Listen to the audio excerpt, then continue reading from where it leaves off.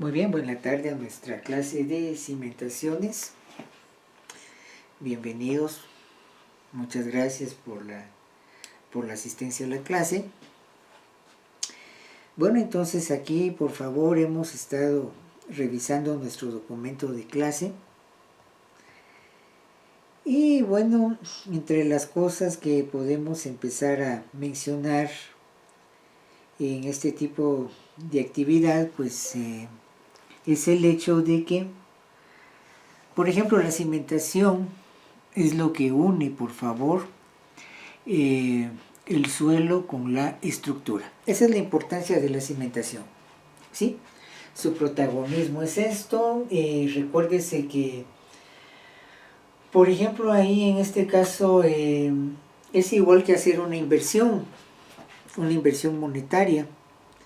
Supongamos que usted ganó un capital con esfuerzo o recibió una herencia.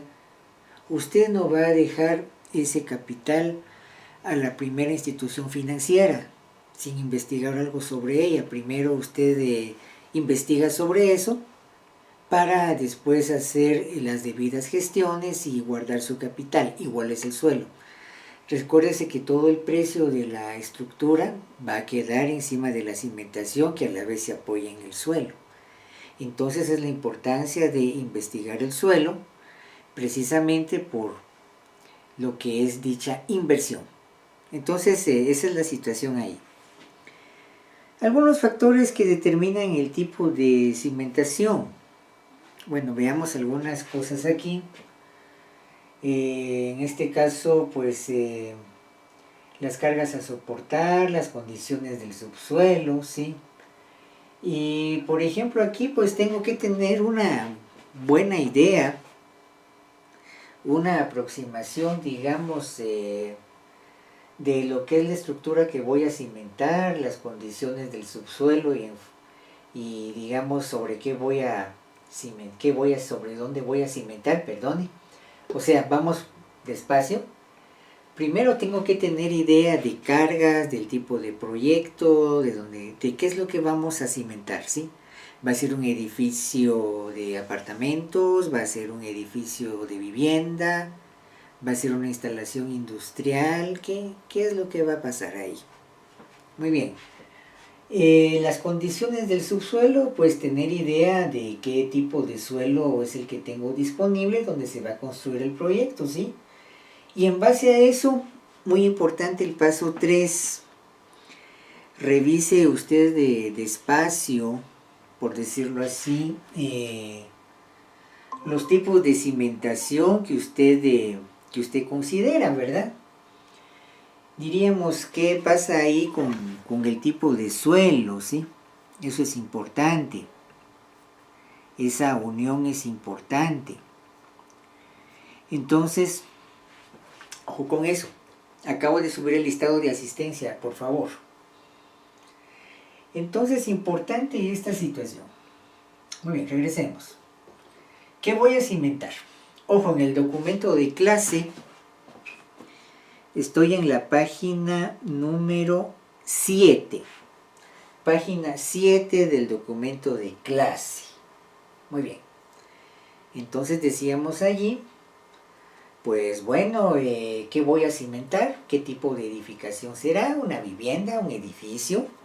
Edificio para apartamentos, edificio para industria, edificio ¿para qué? No lo sé. Bueno, ya lo tengo que saber, no es que no lo sé, lo tengo que saber. Combinaciones de carga, con qué materiales voy a trabajar, etcétera, etcétera. Muy bien, después el subsuelo. Veamos qué tipo de suelo es el que está en el lugar donde se va a realizar la cimentación.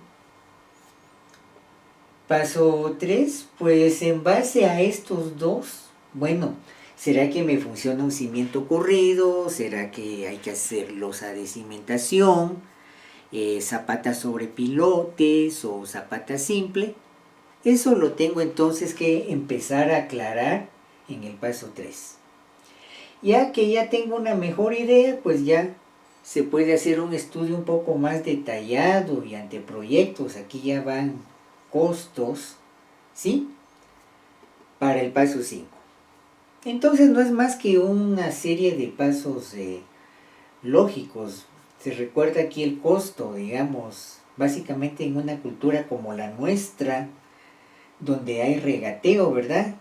Una pieza clave aquí es la negociación, cuidar nuestros costos. Bueno, puede que alguien me diga, bueno, ingeniero, si hay que hablar ahí de negociación, cuánto puedo bajarle o cuánto no, es que es una cuestión, tenemos que aprender en la cuestión de cuánto cobrar, hay que tener idea, digamos, cantidad de trabajo, ¿sí? Para hacer una estimación.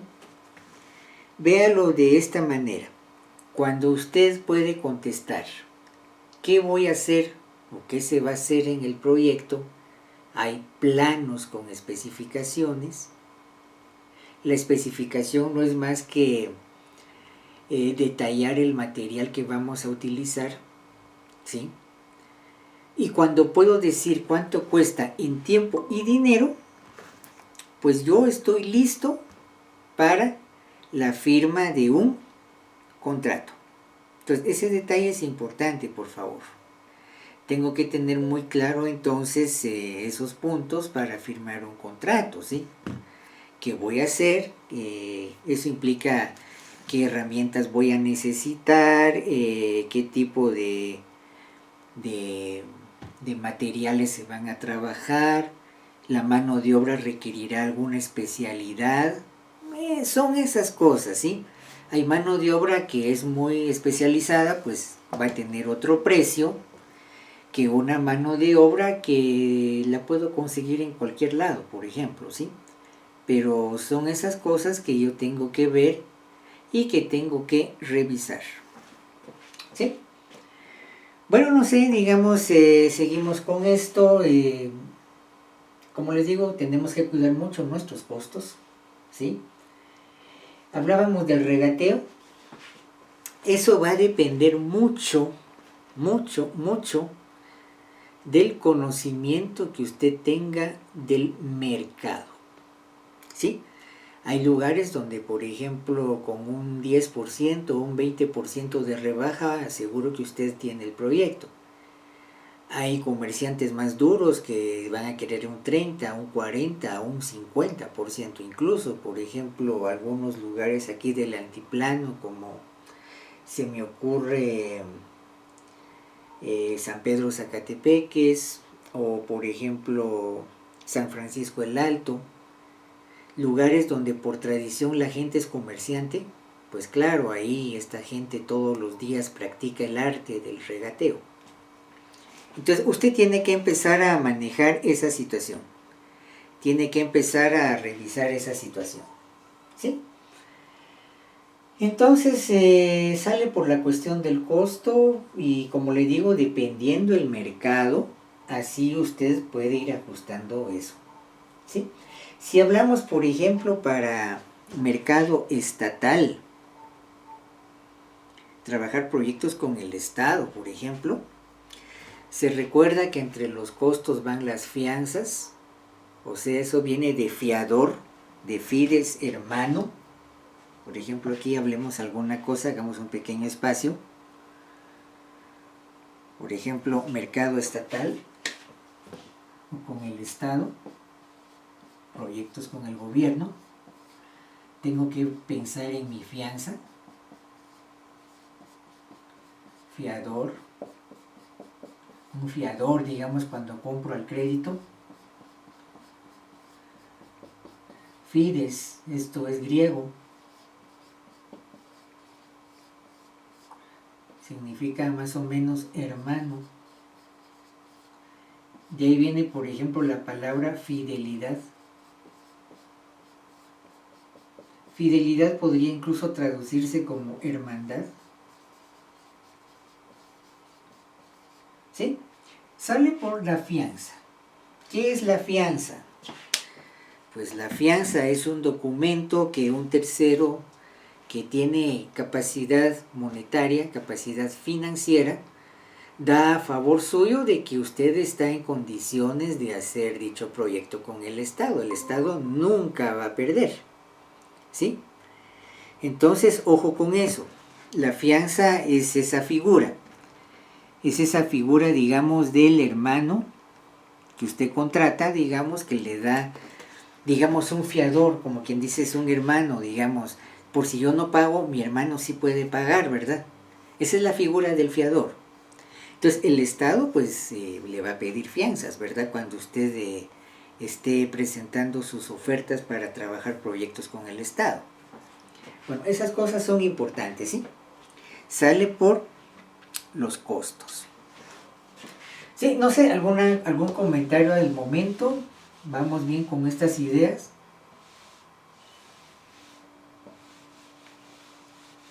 ¿Vamos bien con eso? Muy bien, estamos en la página 6,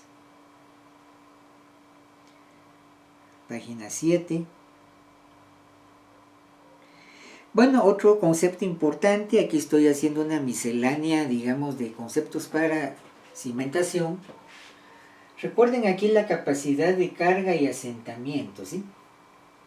Digamos, tenemos dos protagonistas, la estructura en sí y el suelo.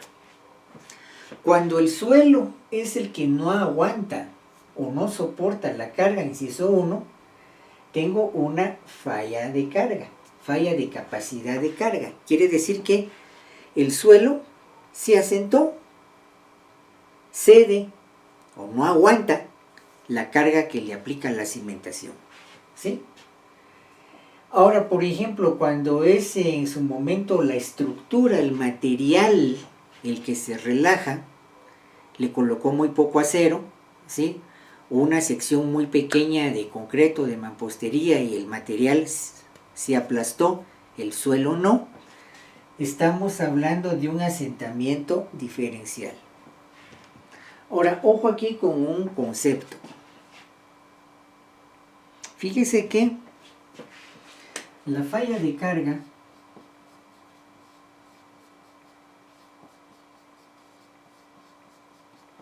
más el asentamiento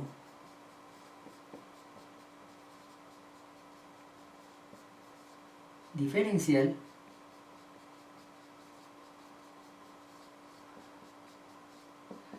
igual a la falla total. A veces una falla de carga puede inducir al asentamiento diferencial. A veces empieza el problema aquí, tengo asentamiento diferencial y caigo a una falla total. Algunos ejemplos de eso, digamos, en cuestiones prácticas de ingeniería. Por ejemplo, el típico problema de que se inundó mi suelo. Digamos que se hizo una mala instalación de agua, de tubería de agua, ¿sí? Resulta que la tubería estaba fracturada. Fíjense que una cosa con los tubos, eso es muy importante, sobre todo tubería de PVC. Digamos que estos marcadores son mis tubos. Fui al depósito a comprar material de construcción. Sin ningún cuidado, se sube al transporte. Con la gran cantidad de baches que hay a veces en nuestras calles, cantidad de túmulos, los tubos se van aplaudiendo por todo el camino. Crack, crack. Cuando llegan al proyecto, agarran la tubería, plangan al suelo.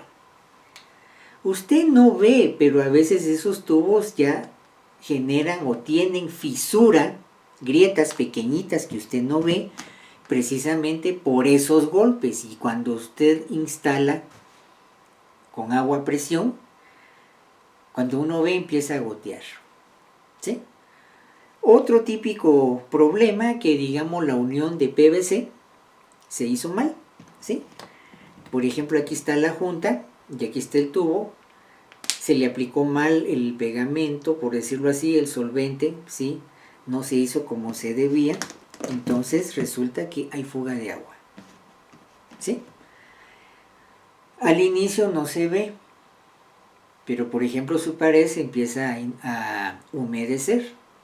Y si eso está, digamos, en la parte baja, cercano a la cimentación, ese suelo se va a humedecer. Generalmente cuando el suelo se humedece a cierto grado, el soporte cae. Lo que soporta el suelo en presión se viene abajo. Entonces, se empieza a caer el material, puesto que el suelo empieza a deformarse, el suelo empieza a ceder ante la carga. Entonces, la falla de carga induce el asentamiento diferencial para la falla total. Mucho cuidado ahí con cimentación. Alguien me diría, bueno, ingeniero, entonces, ¿cómo hago para evitar ese problema cuando esté construyendo en algún proyecto? Pues lo primero que hay que hacer, digamos, cuando esté instalada toda la tubería de agua, por ejemplo, hay que hacer una prueba de bombeo. ¿Y qué es esa prueba de bombeo? Ya instaló todos los tubos, grifos, o sea, chorros, todos los accesorios donde se va a servir agua, por ejemplo. Colóquele una pequeña bomba. El sistema lo tiene que llenar de agua, una bomba o un manómetro y la red, y empiece a chequear que el manómetro mantenga la presión constante. ¿Sí? El relojito mantiene la presión constante. Si durante 6, 8, 12, 24 o 48 horas, dependiendo de la importancia del proyecto, se mantiene la presión constante, quiere decir que el sistema de abastecimiento de agua no tiene problema. No hay fuga de agua, en pocas palabras. Al momento en que usted vea que la aguja del manómetro empieza a caer, hay que empezar a buscar la fuga, pero para eso tengo que tener la tubería del proyecto o de la construcción que se está terminando, la tengo que tener a la vista, expuesta, para ir a buscar dónde está la salida o las salidas o filtraciones de agua. Y es ahí donde tengo que ir a corregir y volver a repetir la prueba de bombeo hasta que yo revise, que ya no tengo fuga. Generalmente eso, van a ver casas ustedes ahí, por ejemplo de condominio, las paredes más húmedas están cerca de la cocina o donde están los servicios sanitarios, porque en algún momento hubo algún problema, porque resulta que estaba mal unido el tubo con la junta, o el tubo por mala manipulación, mal manejo, estaba fisurado. ¿Sí? Entonces son cositas sencillas que uno va entendiendo, que uno va tomando en función del tiempo y de la experiencia que uno va tomando en proyectos. No sé, ¿algún comentario con esto? Esto da para mucho.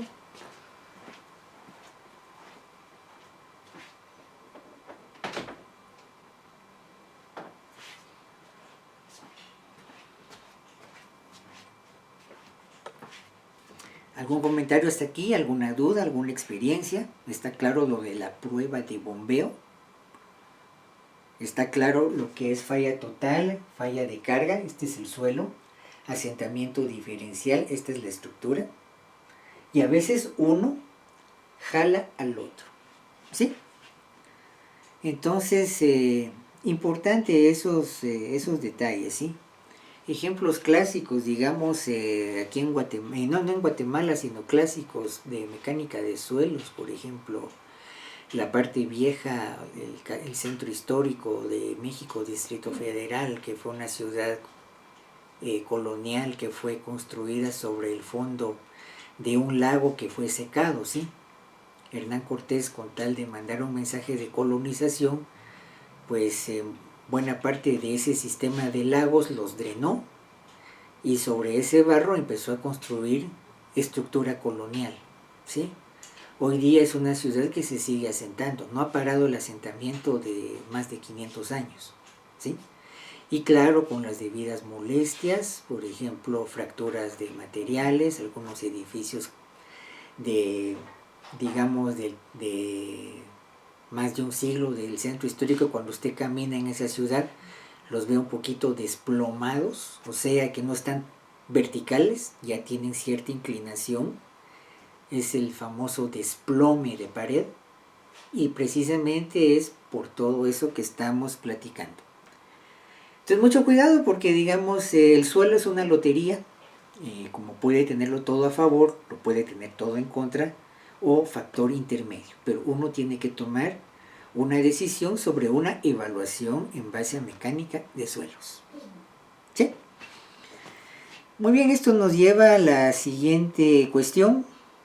Lo dejo ahí como pregunta. Fíjense que muchas de estas preguntas han salido en el tiempo que este servidor de ustedes ha impartido este curso. A veces la típica pregunta: ingeniero, ¿hasta dónde excavar para hacer cimentación? Página 7. ¿Sí? ¿Hasta dónde voy a hacer ese cimiento para hacer cimentación? Bueno, es una de las preguntas al inicio de este tema. ¿Alguna normativa, por ejemplo, normas nacionales como AGIES, Asociación Guatemalteca de Ingenieros Estructurales, recomienda entre 40 y 60 centímetros de cimiento, es decir, de 2 a 3 hiladas de bloc, que es el emplantillado? ¿Qué es el emplantillado? No es más que el trazo básico donde va la cimentación a partir de donde yo empiezo a construir. Algunos simplemente le llaman plantillado de plantilla, o emplantillado como usted le quiera llamar. Aquí hay algunos aspectos, yo menciono 3. La finalidad y tipo de proyecto. Dependiendo de los requerimientos, así es el cimiento. No es lo mismo cimentar vivienda que un centro comercial o instalaciones industriales, o un centro comercial que tenga parqueo subterráneo. Tengo que tomar en cuenta los subterráneos y a partir del punto más bajo del parqueo subterráneo pensar en la cimentación. ¿Sí? 2. La ubicación del proyecto. Ojo con esto. Es un problema de cimentar en un terreno plano y es otra dificultad en terreno inclinado o de ladera. En este de ladera, con más cuidado y requerimientos por seguridad. Muy bien. Y lo que a veces se pasa por alto, el estudio de mecánica de suelos. Sí, este estudio muestra que los estratos más prometedores y económicamente viables para hacer cimentación. El perfil del suelo con su clasificación indica dónde es adecuado cimentar. ¿Sí? Por ejemplo, el sistema de clasificación que voy a utilizar aquí va a ser el sistema unificado. No voy a usar el AASHTO. El AASHTO es para caminos y carreteras. Voy a utilizar el sistema unificado. Bueno, haciendo un breve recordatorio del sistema unificado o del SUX, ¿sí? Ayúdeme usted. Se recuerda que divido suelo grueso de suelo fino, ¿sí? Y tengo 2 categorías, 2 tipos de suelo grueso, por decirlo así. Pongamos categoría, que es grava y arena para grueso. Y para suelos finos, en principio tengo limo y arcilla. Solo que en el sistema unificado tengo que agregar el material orgánico. ¿Sí? ¿Vamos bien ahí? ¿Alguna pregunta hasta ahorita? Porque voy a hacer un repaso breve del sistema unificado, cómo lo tenemos que manejar. ¿Vamos bien ahí? ¿Alguna pregunta hasta ahorita? Gracias por la asistencia. Sí, claro. Muy bien, qué bueno. Entonces miremos lo siguiente. Fíjense que el sistema unificado, porcentaje mágico, 50%. ¿Qué tiene que ver este 50%? Más de 50% de material queda arriba, retenido, más de 50%, en el tamiz 200, suelo grueso, grava o arena, ¿sí? Más de 50% pasa el tamiz 200, no queda retenido, suelo fino, limo, arcilla o material orgánico. Eso está sencillo.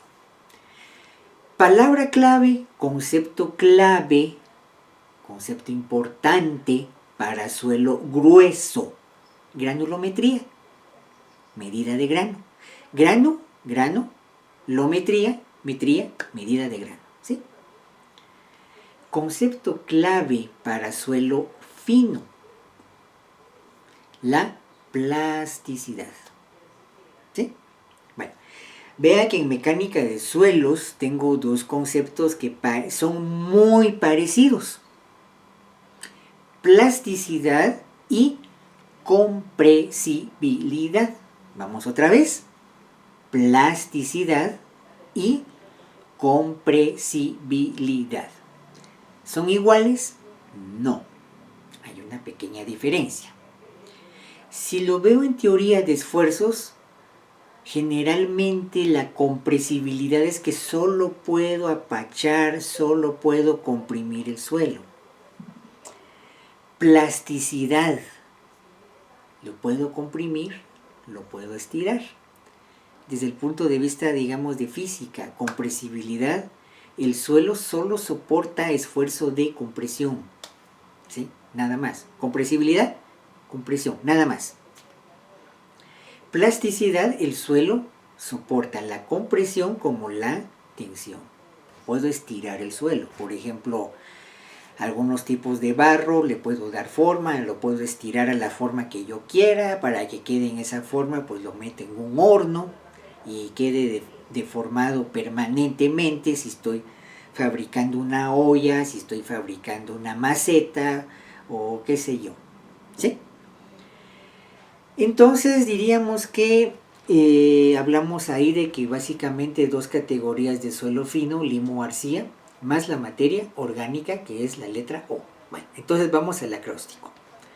Suelo grueso, grava, gravel en inglés, letra G. Arena, en inglés sería sand, letra S, ¿sí? Y digamos para suelo fino, limo, sabemos que es mud, letra M de mamá, ¿sí? Arcilla, que es más pequeñita, de grano, estamos hablando de clay, letra C, y orgánico, letra O. Ahora, si el concepto clave de los suelos finos es la plasticidad, ¿sí? Puedo hablar de suelos finos de alta o baja plasticidad. Si vemos un equipo de audio, las frecuencias altas, ¿eh? High, letra H, ¿sí? Frecuencias bajas, de bombo, ¿sí? Low, letra L, ¿sí? Entonces tengo M, L, M, H, limo de baja y limo de alta plasticidad. Puedo hablar de arcilla, clay, letra C, CH, alta plasticidad, CL, baja plasticidad, materia orgánica o organic, de alta plasticidad, high, o de baja plasticidad, L. Ahora, ¿cómo hago para dividir esos tres suelos entre alta y baja plasticidad? Bueno, eso va a ser respecto al 50% del límite líquido. Más de 50%, digamos si tengo un límite líquido arriba del 50%, suelos de alta plasticidad.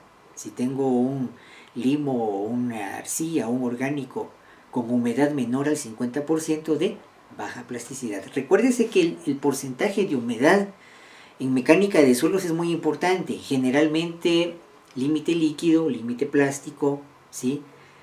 Límite de contracción se expresan como porcentajes de humedad. Otra vez, límite líquido, límite plástico, límite de contracción son factor común de esos tres, que son porcentajes de humedad. El agua ahí funciona como lubricante. Por eso el ensayo de Proctor, vamos a carretera, la famosa campana, me da la humedad óptima donde encuentro la densidad óptima. ¿Sí? Me falta humedad, me falta lubricante, puedo estar con el equipo de compactación mucho tiempo que no llego al Proctor que yo quiera, porque me falta agua, me falta lubricante. Se me pasó la mano, pues resulta que es un desastre, compacto acá, el suelo se sube acá, pura caricatura, voy a compactar acá, vuelve a subir acá, y hasta que yo llego a la humedad óptima, puedo llegar a la densidad de compactación que me da el ensayo patrón de Proctor. Entonces 50% límite líquido para definir alta o baja plasticidad. Segundo punto en que uso esto. Muy bien. ¿Cómo divido ahora grava de arena? Ahora, dése cuenta. Alta, baja plasticidad, limo, mud, clay, arcilla y orgánico. 3 categorías por 2 posibilidades, alta, baja plasticidad. Tengo 6 renglones, 6 categorías de suelo fino. Si agrega una séptima que es PT, que no es más que la turba. ¿Qué es la turba?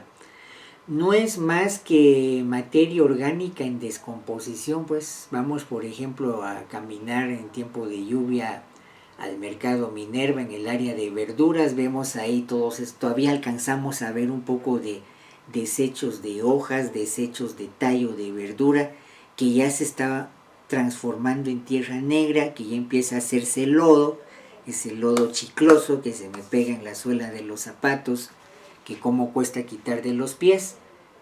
Ese material es una turba, ¿sí?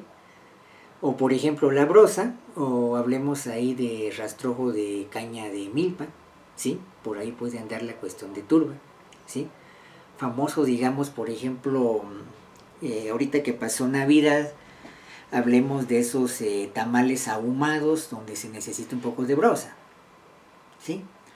O por ejemplo, algunos otros productos que necesito, digamos, material que esté todavía medio verde, medio descomponiéndose como combustible para hacer un cierto ahumado. Esa es la turba. Ya tengo mis 7 categorías de suelo fino. Y para los suelos gruesos, bueno, dijimos grava o arena. Grava o arena, más arriba o abajo sobre el 50% del tamiz 200. Más de 50% retenido arriba de tamiz 200, suelo grueso, grava. Más de 50% pasó el tamiz 200, arena. Recuerden, tamiz 200, 4.75 milímetros de abertura. Ahora resulta que como el concepto clave es granulometría, puedo hablar de suelo bien graduado, como buen gringuismo, W, well, o podemos hablar de una graduación que no es muy buena, que algo le hace falta, graduación pobre, poor, letra P. Entonces, GW, grava, digamos, gravel well, grava buena, GP, grava pobremente graduada. Arena, sand, S, SW, arena de buena calidad, sand well, ¿sí? SP, arena pobremente graduada. Llevo 4 categorías. Y además voy a agregar la combinación de los gruesos con los finos. Por ejemplo, grava y arena con limo y arcilla. Grava con limo, GM. Grava con arcilla, GC. Arena con limo, SM. Arena con arcilla, SC. Y ahí tengo entonces las 8 categorías de suelo grueso. 8 más 7 son 15 categorías del sistema unificado. Sale por la mecánica de suelos que tengo que tener presente cuando estoy haciendo este tipo de trabajo. ¿Alguna pregunta con eso? Se supone que eso usted lo sabe ya y lo maneja bien, pero ¿alguna pregunta?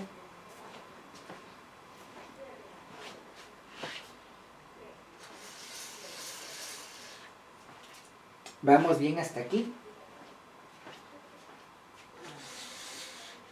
Sí, ingeniero, todo claro, gracias. Está claro, qué bueno. Yo creo que tomemos eso como... Sí, claro. Gracias. Tomemos eso como un repaso, y eso sí lo tengo que tener presente siempre que estoy haciendo cimentación, ¿sí? No hay que pasar de vista ese tipo de clasificación de suelo. Entonces puedo ir haciendo estratos, ¿sí? Voy perforando, encontré este estrato, encontré este otro estrato, etcétera, etcétera, ya tengo mi perfil. Y en base a eso, pues puedo buscar los estratos donde sea más factible hacer la cimentación, porque El valor soporte del suelo es la presión que resiste el suelo. Y el área de zapata sobrecarga es la presión actuante. Otra vez, área de zapata, ¿sí? Bueno, tengo la carga axial, en la columna, por ejemplo, carga axial, dividido entre área de zapata, presión actuante, gravitacionalmente hacia abajo. Presión resistente, el valor soporte de suelo. Entonces, si el valor soporte de suelo lo dividiera entre la carga axial como una ecuación, tengo un valor de área que sería el área mínima de la zapata. Pongamos atención otra vez a eso. Si yo tengo ya la carga axial de la columna que vino del análisis estructural, y ya tengo el valor soporte de mi suelo, si ese valor soporte, ¿sí? O diríamos, o pongámoslo así, si esa carga axial lo divido entre el valor soporte, ¿sí? Por ejemplo, carga axial tonelada dividido tonelada metro cuadrado, lo que me queda es metro cuadrado, y ese es el área mínima de zapata para que la presión actuante hacia abajo igual a la presión resistente de mi valor soporte de suelo. Ese es el principio para empezar a diseñar cimentación. Bueno, seguimos aquí. Este cuadrito me gusta, es una cuestión, solo un recordatorio de lo que uno tiene que ir haciendo como ingeniero. ¿Qué es necesario en el estudio de suelos dependiendo del tipo de proyecto? Siempre tengo esta tablita aquí para algunos recordatorios del curso de mecánica de suelos.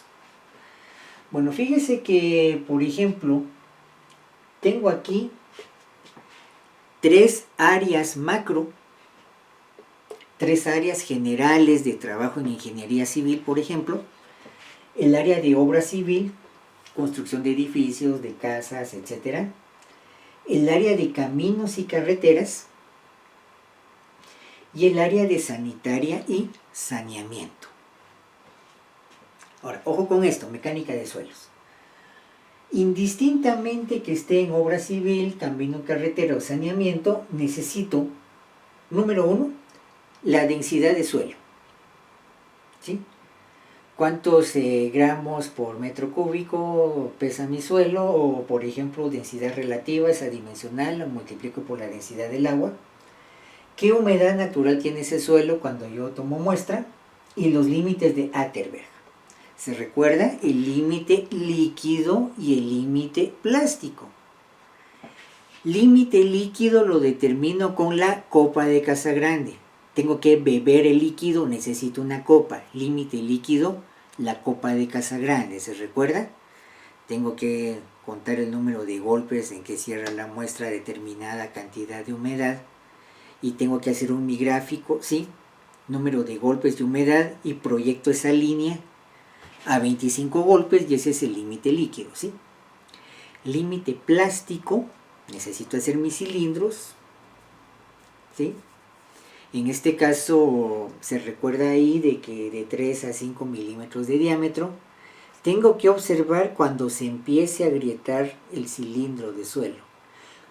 Media vez se empiece a agrietar, a formar fisuras, grietas en ese cilindro de suelo, es que estoy en el límite plástico. Tengo que tomar esa muestra y encontrar su porcentaje de humedad. Otra vez, recuérdese que límite de contracción, cuando el suelo se contrae por lubricación, está abajo de esos dos. Límite líquido, límite plástico, los tres son porcentaje de humedad. Se recuerda que límite líquido menos límite plástico, la diferencia es el índice de plasticidad. Otra vez, límite líquido menos límite plástico, esa diferencia me da el índice de plasticidad. Bueno, entonces sale por esto. Indistintamente donde esté mi proyecto, tengo que hacer estos 3 ensayos. Ahora, ya viendo esto, ya tengo ensayos específicos de suelo para esto. Para obra civil, y hablemos aquí de cimentación, sistema unificado de clasificación, el sistema SUCS, el que acabamos de hablar. ¿Cuántas categorías de suelo tengo? 15 categorías, ¿sí? 8 suelos gruesos y 7 suelos finos. Pongamos ahí, recuérdese, grava, ¿sí? G, arena es S, limo es M, arcilla es C, ¿sí? Los suelos gruesos pueden estar bien graduados, W, ¿sí? Mal graduados, letra P. En el caso de los finos puedo tener alta plasticidad, H, o baja plasticidad, L. De esa cuenta, vamos otra vez, repasemos esto, las 8 categorías de suelo grueso, grava bien graduada o pobremente graduada, GW, GP. Arena, igual, bien graduada, pobremente graduada, SW, SP. 2 y 2, llevo 4, me faltan los otros 4, que es la combinación de grava y arena con limo y arcilla. Una grava limosa, GM, una grava arcillosa, GC, una arena limosa, SM, una arena arcillosa, SC. 4 más 4, 8. Muy bien. Los suelos finos, dijimos que tengo las categorías de limo, arcilla y suelo orgánico, que puede ser de alta o baja plasticidad. 3 categorías por 2 posibilidades, 3 por 2, 6, más la turba, 7. Muy bien. Y por supuesto el valor soporte por corte o ensayo triaxial, donde yo delimito cuánto me va a soportar el suelo. Obra civil. Caminos y carreteras. Además de estos 3 necesito hacer la clasificación, solo que aquí se recuerda la clasificación ASHO o ASHTO, ¿sí? Muy similar a la SUCS, divido suelo grueso de fino respecto al tamiz, 200. Solo que el porcentaje aquí no es 50%, es 35%. Más de 35% quedó arriba del tamiz 200, suelo grueso. Más de 35% pasa el tamiz 200, suelo fino. Las categorías de suelo grueso, el grupo A1 con su subdivisión A1A, A1B, el grupo A3 que es arena. La arena tiene una característica que lo diferencia del resto de esa tabla, no tiene límites de Atterberg. ¿Y por qué no tiene límites de Atterberg la arena? Porque al tener determinado tamaño de diámetro de granulometría, la viscosidad del agua no aguanta amarrar el suelo. Mientras más pequeña es la partícula de suelo, mayor efecto tiene la viscosidad del agua sobre ese suelo. Por eso diríamos que es la razón por la cual el limo tiene un poquito más de plasticidad y la arcilla es mucho más. Pongámoslo un poco más afinado. Generalmente los limos solo tienen compresibilidad. Si los estiro, posiblemente se empiezan a rajar o a agrietar. Generalmente el limo, compresibilidad. Mientras que la arcilla le puedo aplicar compresión y tensión, que sería plasticidad. Con la arena ni uno ni otro, por lo tanto no hay límites de Atterberg, ¿sí? ¿Y qué otro grupo tengo de suelo grueso? El suelo A2, que puede ser el 1, que puede ser el A2-4, A2-5, A2-6 y A2-7. 4 subdivisiones del A2, ahí terminan los suelos gruesos. Suelos finos tengo A4, A5, A6, A7. Se recuerda que, por ejemplo, el suelo A2-4 y el suelo A4 no es una cuestión fortuita, no. ¿Por qué A2-4 y A4?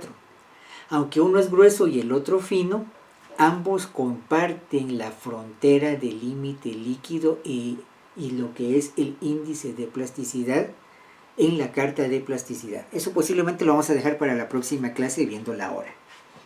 Pero sale por esto, clasificación ASHTO. Necesito el Proctor normal o modificado, la diferencia es el mazo. Normal, 5.5 libras, 12 pulgadas de caída, 2 pulgadas de diámetro de martillo. Modificado, 18 pulgadas de caída del mazo, 1.5 pie, 10 libras. ¿Sí? Este sería el Proctor. normal modificado. Dependiendo de la carga del pavimento, así tomo normal o modificado. Se recuerda que tanto en el normal o el modificado puedo utilizar moldes de Proctor de 4 o de 6 pulgadas, indistintamente normal o modificado. ¿Cuándo utilizo el molde de 4? ¿Cuándo utilizo el molde de 6 en el ensayo de Proctor? Va a depender de la granulometría. Cuando predominen las gravas, suelo grueso, digamos base de piedrín triturado, voy a utilizar el molde de 6 pulgadas de diámetro. Cuando tenga base, su base común, estoy hablando del libro azul de caminos del MISIBI, que puedo tener bastante material fino hasta cierto punto, puedo utilizar el molde de 4 pulgadas. Y la relación soporte California, California Burial Ratio. Se recuerda que estos dos son ensayos patrón. Proctor, simulación de compactación en laboratorio. CBR, simulación de penetración en laboratorio. Ambos tengo que ir a verificarlos en campo. Sanitaria y saneamiento. También la clasificación SUX, igual que en obra civil.